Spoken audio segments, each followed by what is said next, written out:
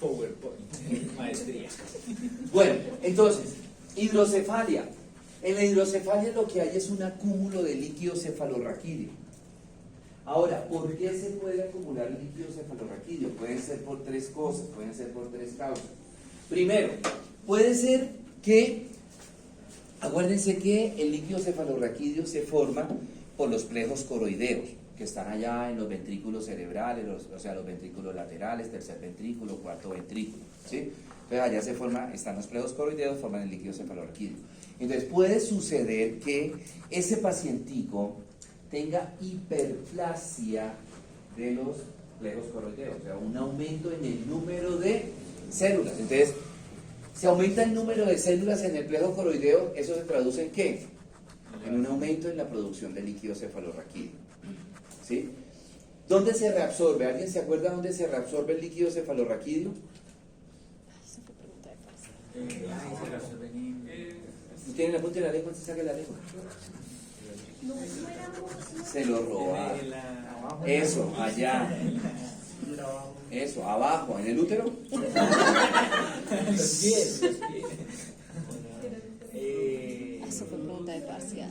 Una cisterna, ¿no? Era una cisterna de... ¿La cisterna del kilo? No, eso no es digestivo, no es cisterna.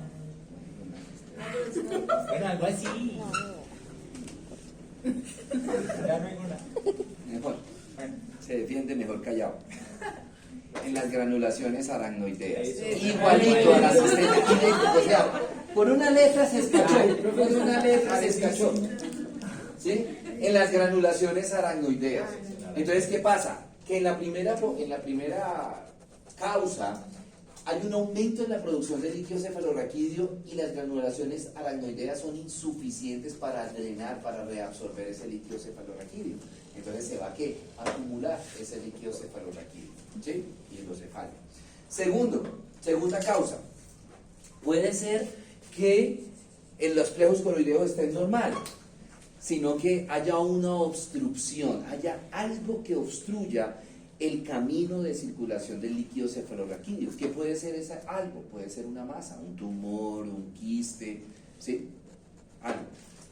Tercera causa, puede ser que los plejos coroideos estén bien, puede ser que no haya ninguna obstrucción, sino que el problema esté en las granulaciones aracnoideas, que no estén reabsorbiendo de manera correcta el líquido cefalorraquídeo, y entonces se empieza a acumular ese líquido cefalorraquídeo y se termina formando una hidrocefalia. ¿Listo? Siguiente. La hidrocefalia puede ser no comunicante cuando hay una obstrucción, o sea, no permite que se comuniquen los ventrículos cerebrales, porque hay una masa en medio de los ventrículos cerebrales, ¿cierto? O puede ser comunicante cuando el problema no hay obstrucción, sino o que hay hiperplasia en los plejos coroideos o hay un problema en las granulaciones aracnoideas. Las hidrocefalias pueden ser de alta presión o de baja presión. Por lo general las hidrocefalias son de alta presión, o sea, los pacientes que tienen hidrocefalia tienen hipertensión endocraniana, ¿sí? Por lo general. Las hidrocefalias de baja presión no se presentan con mucha frecuencia. Siguiente. ¿Cuáles pueden ser las causas? Lo que les decía, puede ser que haya una estenosis o una atresia del conducto, del acueducto, ¿sí? Por el camino por donde debe pasar el líquido cefalorraquídeo. Puede ser que haya masas, neoplasias, tumores, quistes. Puede ser que haya una hemorragia subaracnoidea, o sea, una hemorragia debajo de las aracnoides, y como el líquido cefalorraquídeo circula por el espacio subaracnoideo, esa sangre desplaza el líquido cefalorraquídeo. Puede ser que haya un papiloma, un tumor que se presenta directamente en los plejos coroideos. Ahorita les muestro un papiloma. Puede ser que el paciente tenga una meningitis. La meningitis puede complicarse con hidrocefalia o la hidrocefalia puede complicarse con una meningitis. La una lleva a la otra. O puede ser que haya una trombosis a nivel del seno cavernoso, ¿sí?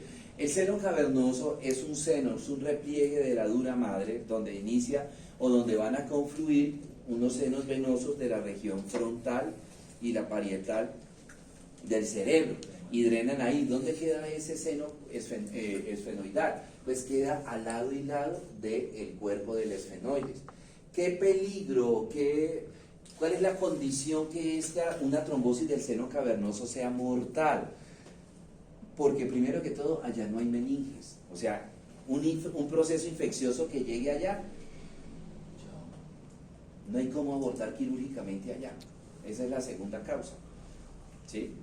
Entonces, una bacteria que entre allá, como no tiene ninguna barrera de defensa porque no hay meninges, coloniza inmediatamente el seno esfenoidal. Y dos, ¿quién opera eso? Si eso queda al lado y lado de la fosa hipofisial y ningún proceso quirúrgico permite la llegada hasta allá, a menos de que sea ¿qué? Una necropsia, ¿cierto? Sería la única manera. ¿Cómo puede llegar una infección allá? Bueno, una meningitis, ¿cierto? Pero no seamos tan agresivos. Este triángulo, cualquier lesión infecciosa que tengamos nosotros en ese triángulo, si yo le aumento la presión para drenarlo, puede drenar hacia adentro, hacia el seno esfenoidal. Entonces, que está la niña que camine, que el domingo, que el estadio, que camine, te invito a comer fritanga, nos acostamos en el pasto, su merced me tutea, ¿sí? Me tutea los barros que tengo, bueno, está bien Ángel, yo te lo tuteo, ¿cierto? Y entonces el barro está verde, es que dice, ¿no? Y el barro él dice, no, mi angelito de la guarda, el barro está verde, pero te lo voy a espichar, y empieza a hacerle fuerza para espicharle el barro en la punta de la nariz, ¿sí? Porque no se ve sexy. Entonces, como no tiene orificio hacia afuera, ¿a dónde va a drenar? Hacia atrás, al seno esfenoidal. Y es cuando ya no volvemos a ver a Ángel acá. Ah, bueno. Ahora entendemos qué fue lo que pasó. Manifestaciones clínicas. Bueno, lo primero es la hipertensión endocraniana. ¿Cómo se traduce o cómo sé yo que el paciente tiene una hipertensión endocraniana?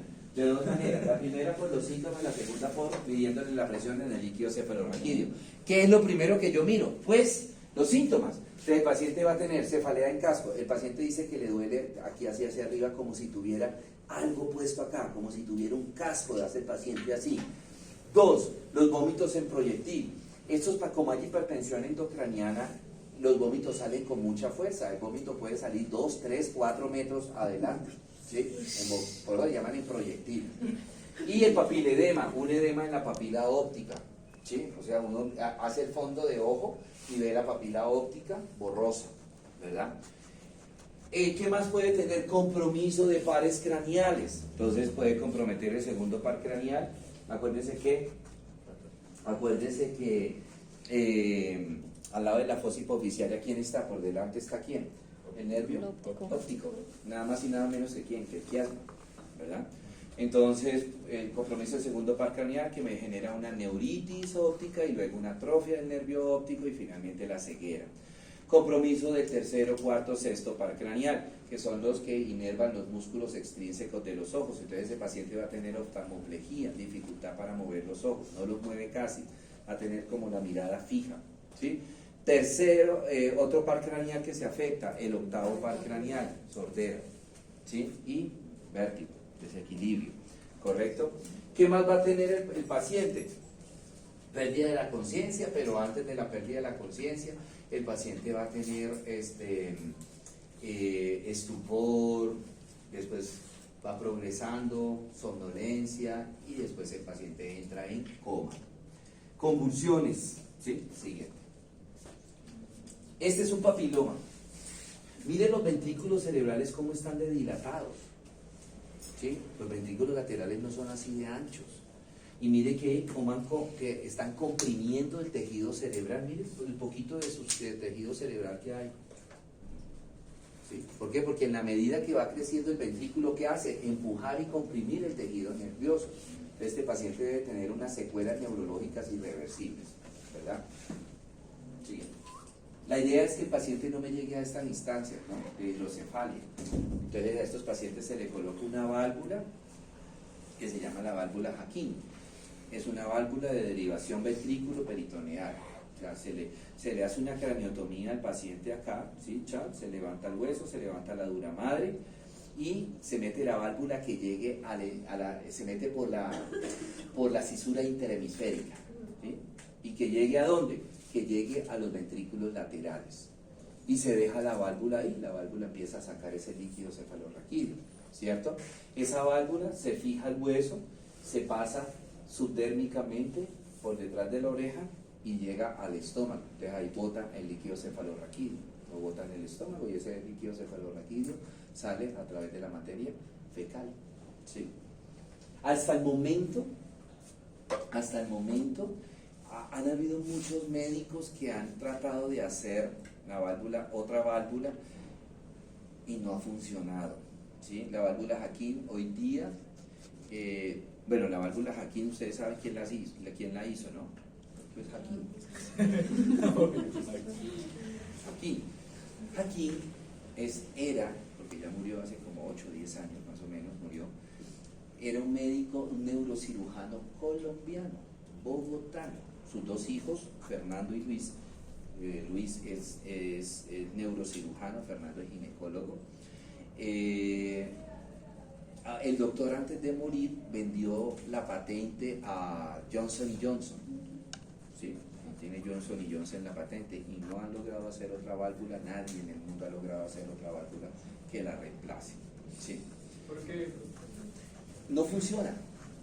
Yo no sé qué haría el doctor Salomón para que la válvula funcione, pero hay uno de los Char, de los de Barranquilla, que toda esa familia de alcaldes ahí, uno de los Char, creo que fue el primer Char alcalde de Barranquilla, él porque no ha muerto, es neurocirujano, él trató de hacer una válvula y no funcionó.